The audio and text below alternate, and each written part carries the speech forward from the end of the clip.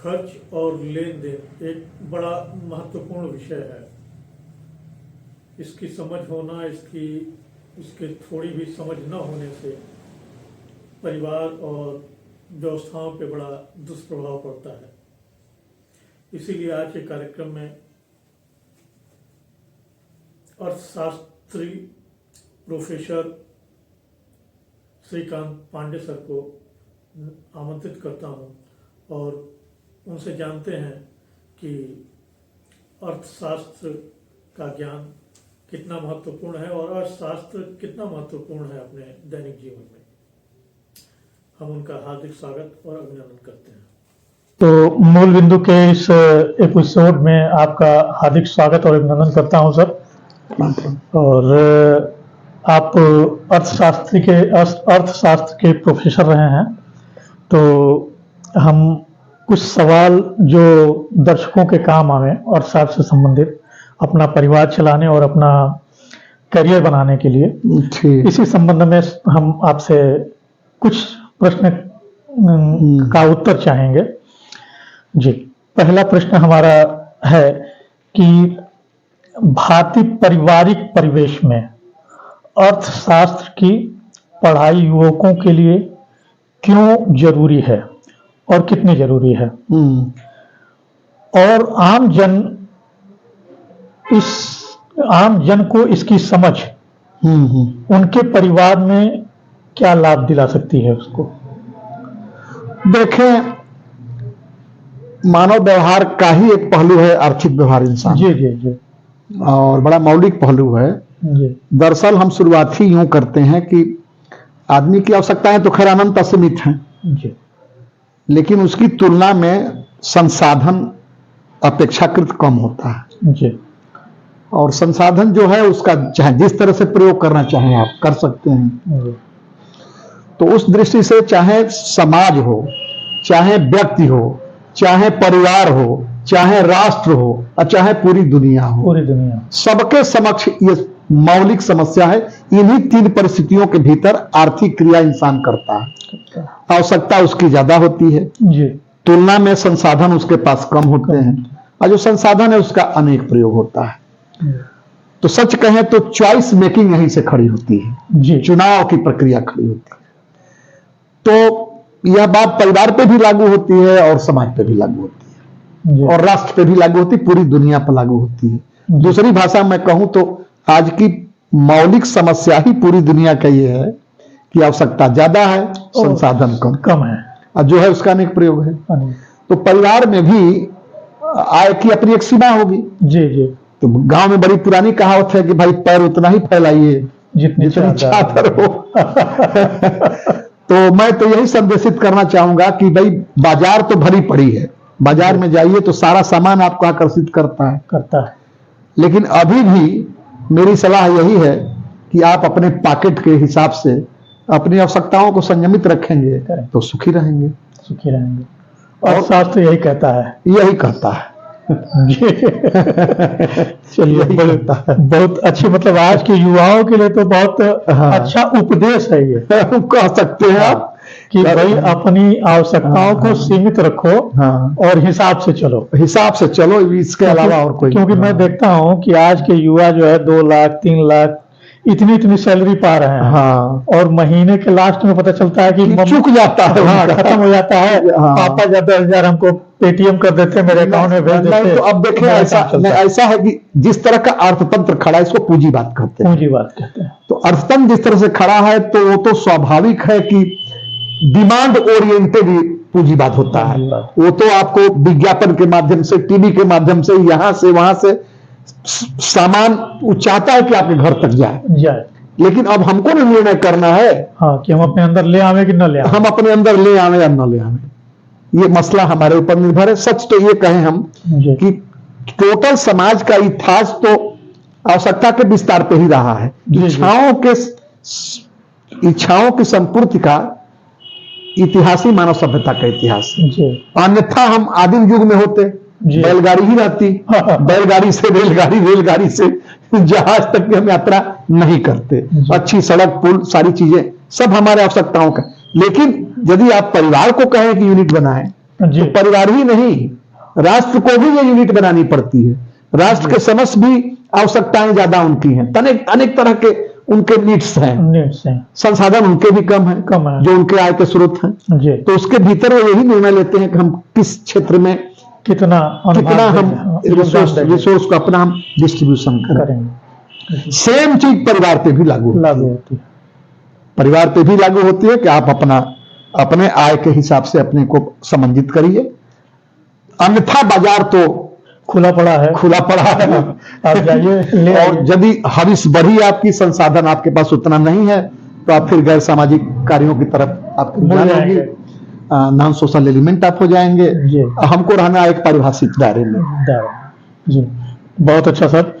ये तो जानकारी मतलब अति उत्तम है लोगों के लिए कि इस तरीके से अपने आप को संतुलित करके चलें। संतुलित। एक और उसमें कुछ पोर्शन बाकी था प्रश्न का, आपका लास्ट वाला कुछ था क्या? हाँ, कि उसमें तो ये सब पूरा हो गया। हाँ। कि जैसे अपने परिवार को उसका क्या क्या लाभ मिलने वाला है। हाँ। तो भाई जब आप अपने आवश्यकताओं को संकुचित कर एक सूत्र यही है, तो लाभ मिलेगा, यही है जी। हाँ। दूसरा प्रश्न है कि अर्थशास्त्र के कुछ मूल बिंदु जो परिवार चलाने और समाज में अपना उचित स्थान बनाए रखने के लिए जरूरी है।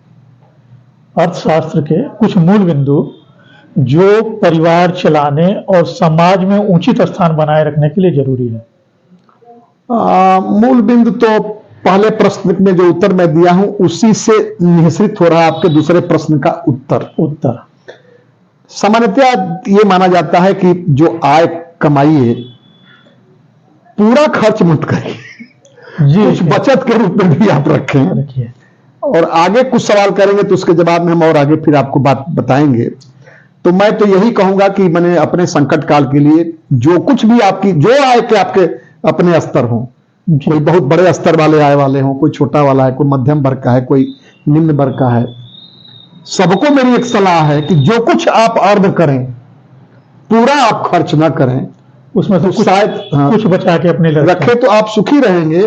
और सुखी इस सेंस में कि वो है ना वो रहीमन वे मर गए जो कोई मांगन जाए, और उनसे पहले वो मरे जो जिनके मुख से निकले ना है जी। तो उचित ये है कि देखें समाज में हमको रहना है तो सामाजिक प्रतिष्ठा का भी ख्याल करना है, सबकी अपनी।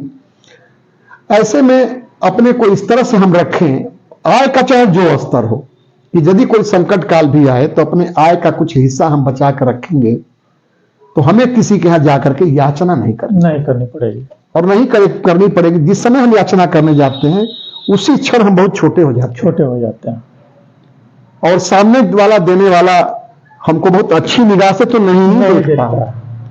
तो मेरी तो सलाह यही है कि चाहे जो आपका आय का स्तर हो, कुछ आप उपभोग पर खर्च करिए और कुछ आप बचा करके रख लीजिए अपने भविष्य के संकट के लिए।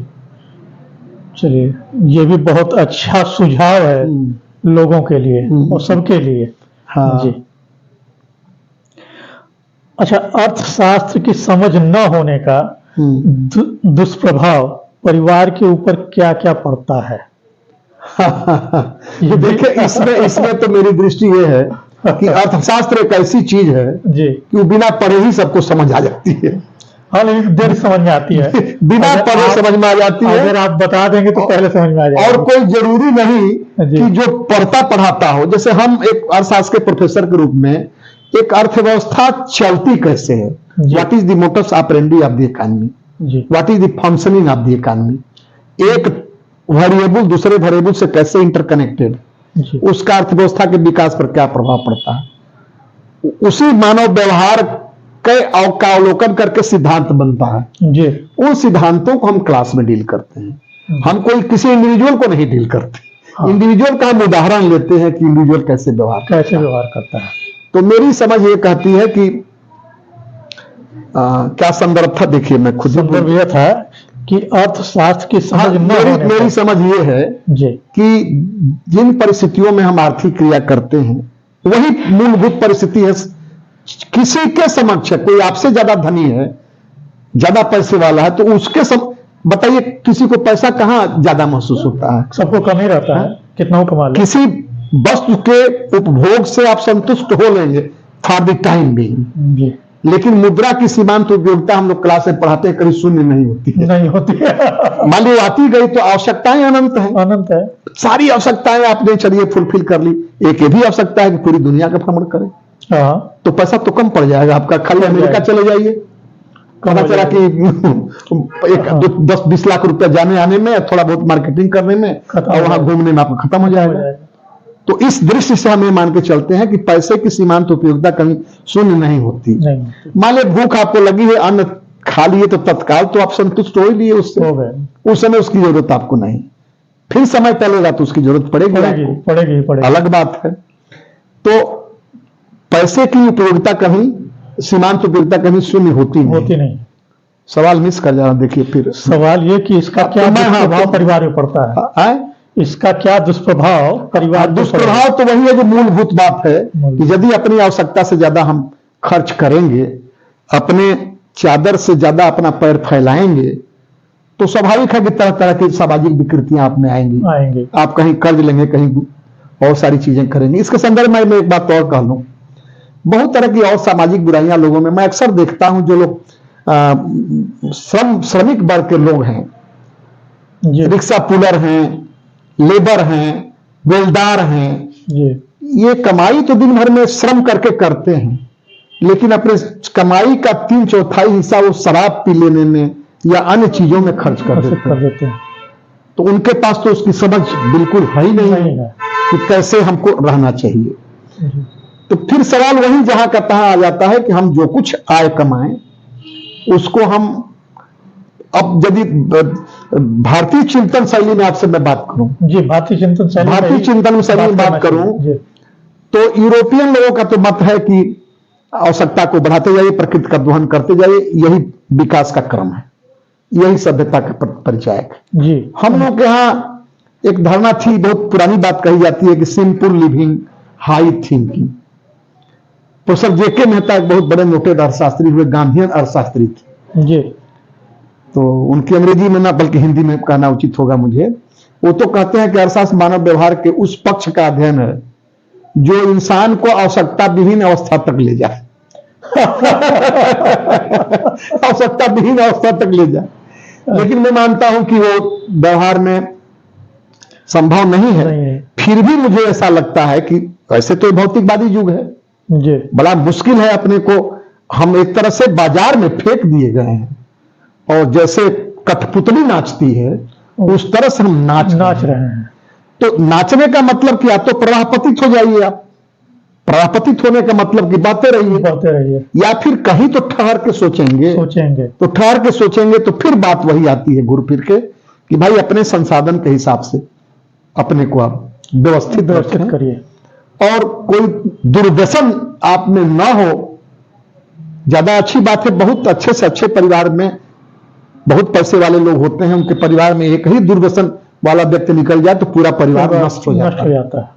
तो मैं तो आपके इस चैनल के माध्यम से संदेशित यही करना चाहूंगा कि दुर्व्यसन से आप बचिए। और मेरा अगला प्रश्न आपसे यह था कि आज के युवा इंजीनियर, डॉक्टर और बहुत से क्षेत्रों में नौकरियों के लिए बहुत सी डिग्रियां लेते हैं, इकोनॉमिक्स उनका पसंदीदा सब्जेक्ट क्यों नहीं होता है? देखें, economics is the queen of social sciences कहा जाता है। अर्थशास्त्र समाज विज्ञान का की रानी मानी जाती है। कारण यह है कि पहली मनुष्य की क्रिया आर्थिक क्रिया होबे करेगी, खाना और जीना। तो खाने पे जिंदगी चलती है और जीना खाने से जुड़ा हुआ है, तो खाने का जो इंतजाम करते हैं वही ना आर्थिक क्रिया है। जी जी जी, जी। जो भी व्यवसाय करें आप, वो आर्थिक क्रिया कहलाती है। जी। तो हुआ यह है दरअसल कि पहले बहुत सिंपल एक समय था कि आदिम युग जिसको कहा जाता है एक तरह से, कि मैंने लाखों लाख वर्ष पहले की ये बात हुई। मानव सभ्यता का इतिहास देखेंगे तो यायावर की जिंदगी थी, खाना बदोश की जिंदगी थी, लोग नंगा घुमा करते थे। निजी प्रॉपर्टी जैसी कोई चीज उस जमाने में नहीं थी। बड़ी सिंपल क्रिया थी। मजबूत इंसान कमजोर इंसान को मार के खा भी जाता था। फल पेड़ से गिरा है खा लिए, वैल्यू एडिशन नहीं था। जैसे आटा या कोई आटा तो कंसेप्ट नहीं बनता नहीं था जी, जो कुछ मिला यथावत उसी रूप में उसका हम ग्रहण कर ग्रहण लेते। कर लिए। तो बड़ी सिंपल आर्थिक क्रिया थी। जी, विकास के क्रम में, या यूं कहा भी जाता है कि जब विकास होता है तो अर्थ संरचना, समाज संरचना दुरूह होती जाती है, सरल से दुरूह होती जाती है। तो सरल से दुरूह हो गई आज की आधुनिक युग की अर्थव्यवस्था। जी जी। और मोर ओवर हम खाली ये कहें कि हम हिंदुस्तानी हैं तो हमको हिंदुस्तान का अर्थव्यवस्था ना, आज इंफॉर्मेशन टेक्नोलॉजी में क्रांति हो गई है जी, हो गई है। इंडस्ट्रियलाइजेशन के क्षेत्र में औद्योगिक क्रांति 1750-1850 के बीच में इंग्लैंड में 100 साल आज तक वहां हम नहीं पहुंच पाए।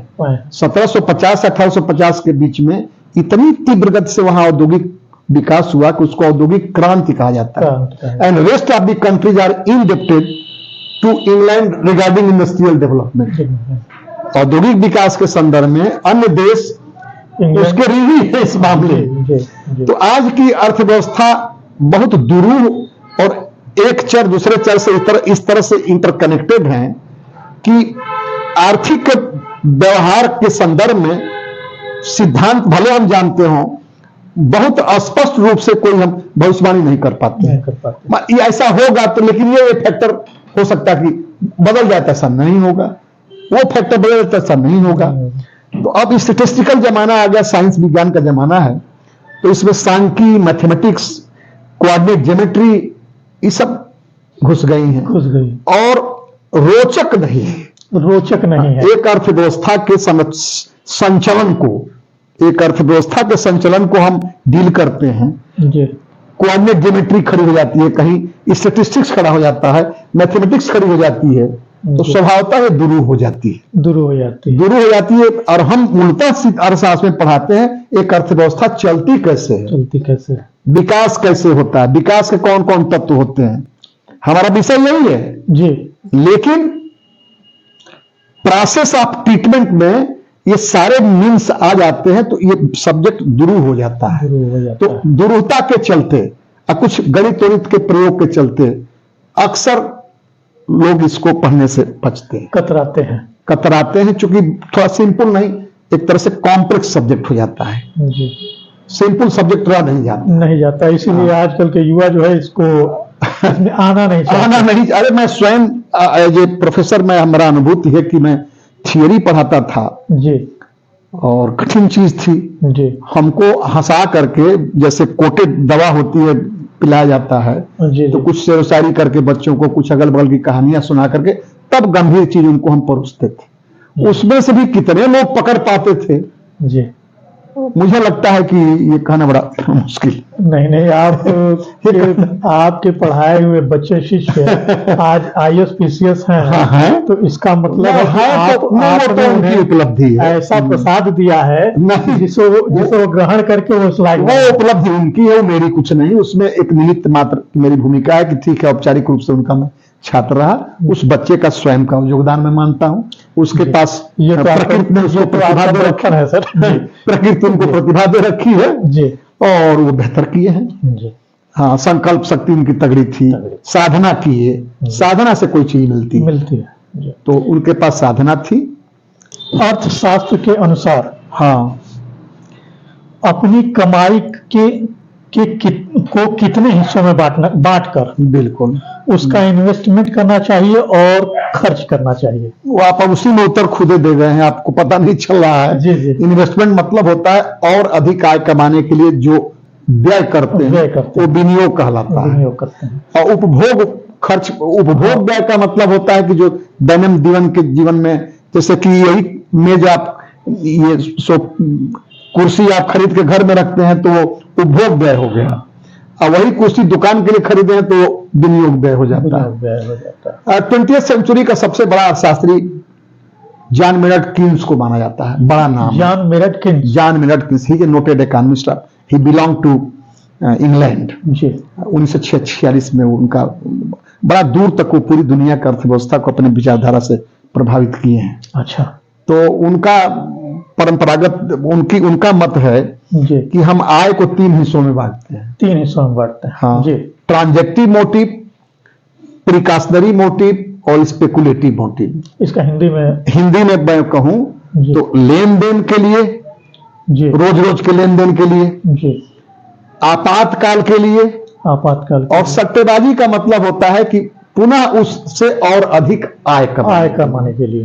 तो सिंपल सी बात है, उन्हीं के इस को उद्धृत करके मैं कह सकता हूं ये 3 भागों में बराबर बराबर बांटते हैं कि ऐसा नहीं, कुछ बराबर का कोई percentage है? मतलब नहीं, बराबर जैसा कोई कॉन्सेप्ट नहीं है। इसका परसेंटेज है? मतलब सिर्फ ये है कि भाई आप जो भी आय कमाते होंगे, सामान्य एक ट्रेंड है जी कि अरे भाई कुछ लोग तो ऐसे आय कमाते हैं कि उनका आय टोटल व्यय हो जाता है। जी यदि गौर से देखें तो बहुत से हाशिए पर पड़े लोग हैं, हाँ। उनकी तो आय इतनी नहीं है कि वो आपातकाल के लिए भी रख सके और फिर पैसे से और पैसा कमाने की व्यवस्था कर पाऊं। लेकिन एक समझ है जी कि आय को हम मुख्यतः 3 भागों में हमें रखना चाहिए। जी एक तो जो रोज के लेन देन है, उसके लिए हमको जो खर्च करना है वो कितना करेंगे नहीं करेंगे तो आपके हिसाब पर निर्भर है, हिसाब पर निर्भर है। आपके पारिवारिक आवश्यकता पर निर्भर है।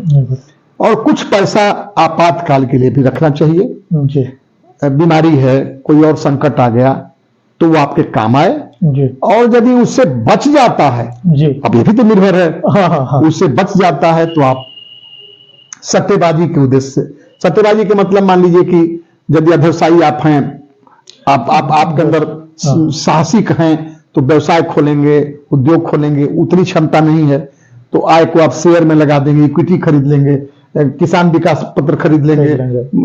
मैंने पैसे को आइडियल नहीं रखना चाहिए, नहीं रखना पैसे से पैसे को आगे बढ़ाने की कोशिश करनी चाहिए। आइडियल रखेंगे तो वो खत्म हो जाएगी। तो ये मुख्यतः मैं समझता हूं कि अभी भी वो जो किन्स की कही हुई बात है बिल्कुल लागू होती है। हाँ, बिल्कुल रेलिवेंट है। ऐसा यदि हम कर सकें तो सो फार सो गुड। बहुत अच्छी, बहुत सुंदर जानकारी आपने दी है। इससे हमें लगता है कि आज के लोगों को, जिनको आय मतलब अर्थशास्त्र की थोड़ी भी समझ कम है, हाँ। उनको इससे बड़ा लाभ मिलने वाला मैं है। कोशिश किया हूं कि सामान्य बोलचाल की भाषा में बात बस यही करूं, जानना है, सामान्य बोलचाल की भाषा में बात करूं। अर्थशास्त्र की पढ़ाई के बाद हाँ, युवा क्या क्या कैरियर बना सकते हैं इस क्षेत्र में? बिल्कुल ये इसका स्कोप तो बहुत ज्यादा है, बशर्ते कि उसको यूटिलाइज करना लोग जाने। हाँ तो मैं तो पहले ही आपसे बताया था कि अर्थशास्त्र में हम तो एक सिस्टम कैसे रन करता है वो मूलतः पढ़ाते हैं। विकास के क्या क्या तत्व हो सकते हैं, सारी मैंने एक सिस्टम की फंक्शनिंग की समझ आप रख। आजकल तो ये थियोरेटिकल इकोनॉमिक्स से अप्लाइड इकोनॉमिक्स का जमाना आ गया है जी, या इसी का एक ब्रांच का लीजिए एमबीए है। जी इसी का एक ब्रांच है, एमबीए है। आप इस मार्केट में जो सामान है उसको मार्केटिंग के क्षेत्र में जाएंगे तो कैसे उसको खूबसूरती से परोस करके दूसरों को बेच लेंगे, वहां व्यवहारिक ज्ञान दिया जाता है। फिर भी यदि इकोनॉमिक्स का यदि आप स्कोप देखें तो रिजर्व बैंक ऑफ इंडिया में इकोनॉमिस्ट रखे जाते हैं। जी आज भी यदि कोई अर्थशास्त्र, आज की वित्त मंत्री स्वयं सीतारमण जी अर्थशास्त्र की ही अध्येता है, उन्होंने स्वयं एमए किया है जेएनयू से। अच्छा, हाँ, डॉक्टर मनमोहन सिंह एक अच्छे प्रधानमंत्री साबित हुए जी, और उनका बहुत बड़ा योगदान है 1990-91 में यदि आप ले लेंगे, जब अर्थव्यवस्था हमारी डगमग हो गई थी, बिल्कुल डिस्टर्ब होने जा रही थी। सोना चंद्रशेखर जी को गिरवी रखना पड़ा था, और जो एक पुराना जो सोशलिस्ट पैटर्न था हम लोग का, मिश्रित अर्थव्यवस्था, उसमें तमाम तरह की दिक्कतें आ गई थी। तो उस समय नरसिम्हा राव प्राइम मिनिस्टर थे और मनमोहन सिंह जी को जानबूझकर के वो वित्त मंत्री बनाए। तो वित्त मंत्री बनाए तो उस समय एलपीजी कहलाता है, लिबरलाइजेशन, प्राइवेटाइजेशन, ग्लोबलाइजेशन, उदारीकरण, निजीकरण और वैश्वीकरण का एक दौर चला जिसको स्वयं मनमोहन सिंह ने, और हमारी अर्थव्यवस्था पटरी पे आई। तो यदि अर्थशास्त्र का ज्ञान हो तो इन्वेस्टिगेटिव सांख्यिकी अधिकारी लोग होते हैं, बेहतर करते हैं। आईईएस, इंडियन इकोनॉमिक सर्विसेज भी it is equivalent to IAS.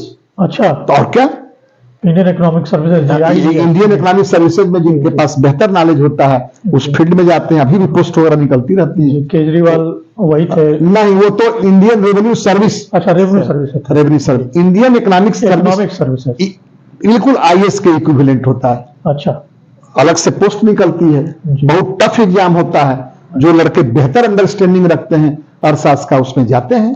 अच्छा, अर्थशास्त्र में पढ़ाई, बैंकिंग के क्षेत्र में जाइए, वहां आपके लिए कारगर है।